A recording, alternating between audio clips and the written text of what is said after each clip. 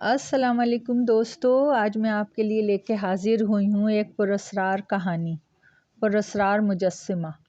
راشد کو آثار قدیمہ سے بے حد دلچسپی تھی۔ اس میں قدرتی طور پہ تجسس کا مادہ کوٹ کوٹ کے بھرا ہوا تھا۔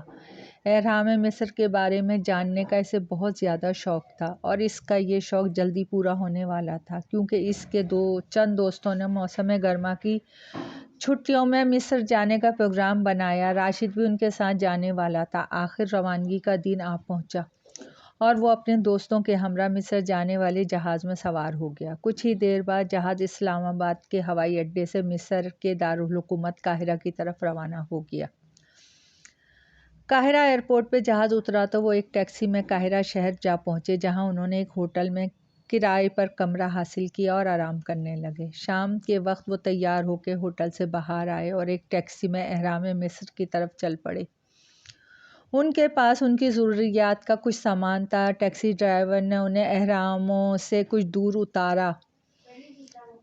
کیا بات ہے، اہراموں کے پاس تو پہنچا دیتے، راشد نے ٹیکسی ڈرائیور سے کہا۔ نہیں جناب، میں اس سے آگے نہیں جا سکتا، کیونکہ اہراموں میں فرعونوں کی روحیں بھی موجود ہیں اور وہ کسی وقت بھی ہمیں نقصان پہنچا سکتی ہیں۔ اگر میں مر گیا تو میرے بچوں کو کون کما کر کھلائے گا؟ ڈرائیور نے جواب دیا۔ تب انہوں نے ڈرائیور کو کرایہ ادا کیا اور اسے ہدایت کی کہ وہ ان کی واپسی تک وہیں رک کر ان کا انتظار کرے۔ پھر راشد اور اس کے دوست تیزی سے اہراموں کی طرف بڑھنے لگے۔ وہاں ہر طرف ریت دکھائی دے رہی تھی۔ کچھ فاصلے پہ تکونی شکل کے اہرام واقع تھے۔ وہ مسلسل آگے بڑھتے رہے اور کچھ دیر بعد اہراموں کے قریب جا پہنچے۔ وہاں پہنچ کر اس پراسرار مجسمے کو تلاش کرنے لگے، جو ابو لہب کے نام سے مشہور تھا۔ تکونی شکل کے اہراموں کو دیکھتے ہوئے وہ آگے بڑھ رہے تھے۔ آہستہ آہستہ اندھیرا پھیلتا جا رہا تھا۔ جب اندھیرا گہرا ہو گیا تو انہوں نے ٹارچ نکال کے روشن کی اور ان کی روشنی میں ابو لہب کے بت کو تلاش کرنے لگے۔ ابھی انہوں نے تھوڑا ہی فاصلہ طے کیا تھا کہ اچانک عثمان ایک دم چیخا، وہ دیکھو، وہ رہا ابو لہب کا مجسمہ۔ اس کے اشارے پہ راشد نے فوراً ٹارچ کی روشنی اس کی طرف ڈالی تو وہاں واقعی ابو ہول کا مجسمہ موجود تھا۔ ابو ہول کا مجسمہ بہت بڑا تھا۔ اس کا چہرہ عورتوں جیسا اور دھڑ شیر جیسا تھا۔ اسے دیکھ کے یوں معلوم ہوتا تھا جیسے کوئی بہت بڑا شیر بیٹھا ہو۔ اس کے چہرے پہ عورتوں کے سے لمبے لمبے بال بنائے گئے تھے۔ راشد اور اس کے دوست اس مجسمے کی طرف بڑھنے لگے۔ قریب پہنچ کے وہ اس کے چاروں طرف گھوم کر پھر اس کا جائزہ لینے لگے۔ یہ عظیم الشان بت پتھروں کو کاٹ جوڑ کر بڑی مہارت سے بنایا گیا تھا۔ عورت کے چہرے کے نقش و نگار پھیکے پڑ چکے تھے، جبکہ شیر کے اگلے پنجوں میں ایک بڑا سا سوراخ بھی تھا، اور یہ سوراخ اتنا بڑا تھا کہ انسان اس میں سے آسانی کے ساتھ گزر کے بت کے اندر جا سکتا تھا۔ چنانچہ وہ بت کے اندر کا نظارہ کرنے کے لیے سوراخ کے قریب پہنچے اور باری باری داخل ہو گئے۔ شیر کا زمین پر پنجہ اندر سے کسی راہدری جیسا تھا۔ چنانچہ وہ اس راہدری سے گزر کر شیر کے جسم میں جا پہنچے تو اندر سے کسی ہال کمرے کی طرح کشادہ تھا۔ لیکن جیسے ہی وہ شیر کے اس حصے میں پہنچے، راشد کو اپنے چہرے پہ ٹھنڈک سی محسوس ہونے لگی۔ یوں لگ رہا تھا جیسے اس کے چہرے پہ پانی کی پھواریں پڑ رہی ہوں۔ اس پر وہ گھبرا گیا۔ عثمان، ذرا میرے چہرے پر روشنی ڈالو، اس نے عثمان سے کہا۔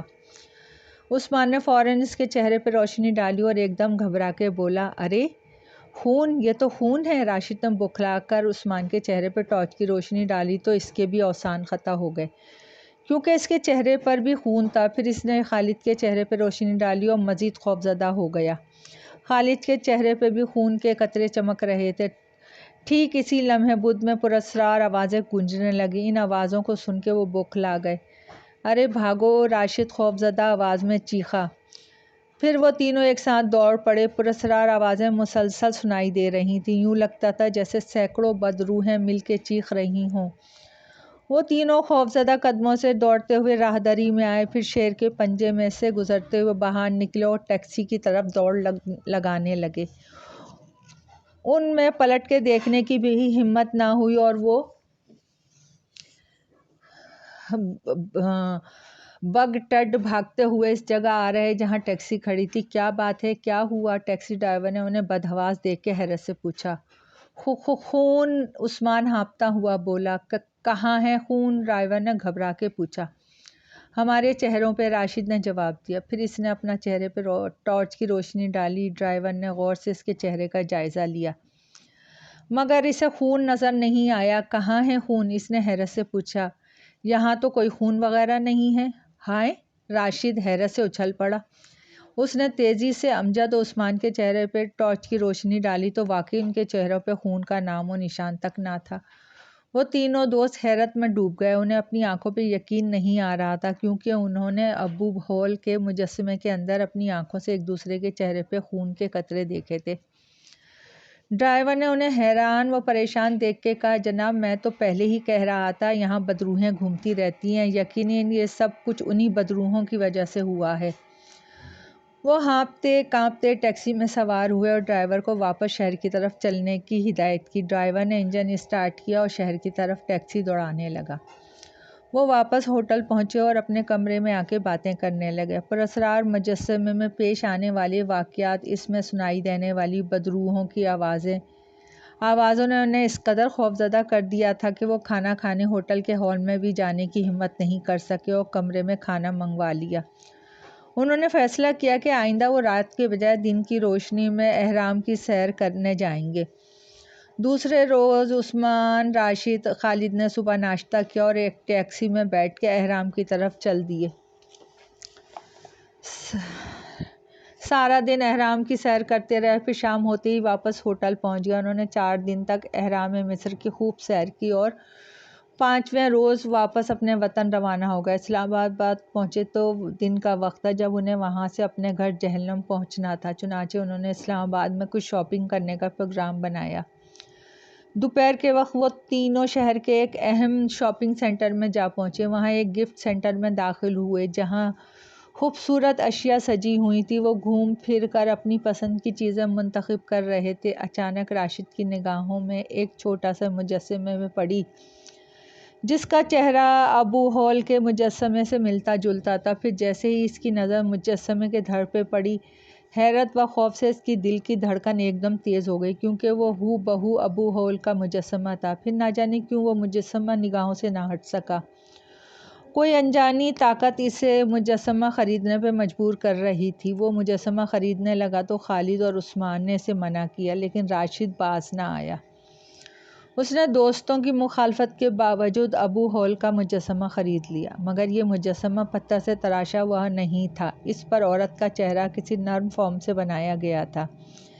اس کے دھڑ پہ شیر کی کھال چڑھا دی گئی تھی۔ اس نے مجسمے کے چہرے پہ ہاتھ پھیرا تو اسے یوں محسوس ہوا جیسے وہ سچ مچ گوشت پوش سے بنا ہوا ہو۔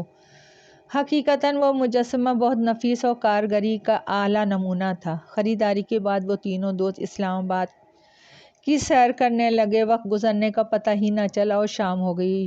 5 بجے وہ کوچ میں سوار ہو کے جہلم پہنچے اور اپنے اپنے گھروں کی راہ لی۔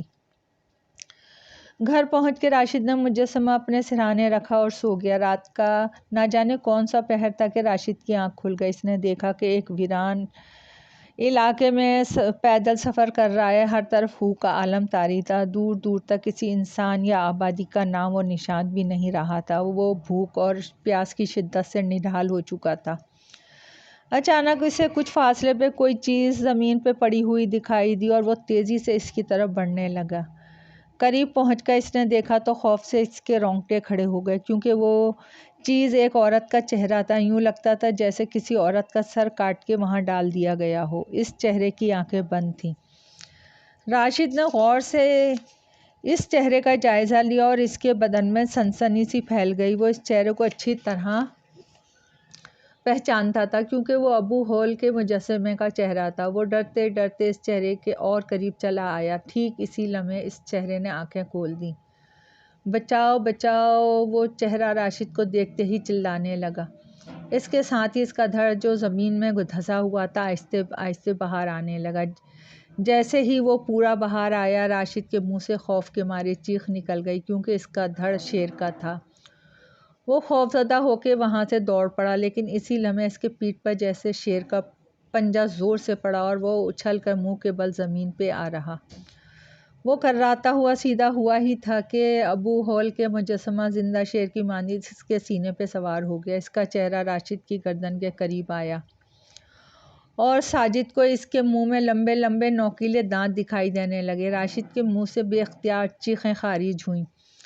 اس کے ساتھ اس کی آنکھ کھل گئی۔ وہ اپنے کمرے میں بستر پہ پسینے میں شرابور کانپ رہا تھا۔ ابو ہول کا چھوٹا سا مجسمہ اس کے قریب ہی پڑا تھا۔ وہ راشد کو خوفناک نگاہوں سے دیکھ رہا تھا، جیسے ابھی کچا چبا ڈالے گا۔ راشد جلدی سے اٹھا اور ایک گلاس پانی پی کے دوبارہ لیٹ گیا۔ اس نے سونے کی کوشش کی مگر دوبارہ نیند نہ آئی۔ آخر صبح ہو گئی۔ وہ تیار ہو کر اسکول چلا گیا جہاں وہ 10ویں جماعت میں پڑھتا تھا۔ ابو ہول کا مجسمہ موت کی طرح راشد کے پیچھے لگا رہا۔ کبھی وہ خواب میں اسے تنگ کرتا، کبھی کسی اور روپ میں اس کے سامنے آ جاتا۔ ایک رات اس نے خواب میں دیکھا ابو ہول کا مجسمہ اسے ہلاک کرنے کی کوشش کر رہا ہے۔ تنگ آ کے راشد نے فیصلہ کیا اگر مجسمہ اس کے پاس رہا تو اسی طرح اسے ڈراتا اور تنگ کرتا رہے گا۔ چنانچہ صبح اٹھتے ہی اس نے مجسمہ اٹھا کے صحن میں ڈالا اور اس پہ مٹی کا تیل چھڑک کے آگ لگا دی۔ تھوڑی ہی دیر میں مجسمہ جل کے راکھ ہو گیا۔ اس کے بعد دوبارہ کبھی اسے خواب میں خوفناک مجسمہ دکھائی نہ دیا۔ دوستو، کہانی پسند آئی ہو تو لائک اور سبسکرائب کیجیے۔ آپ کی دعاؤں کی طلبگار۔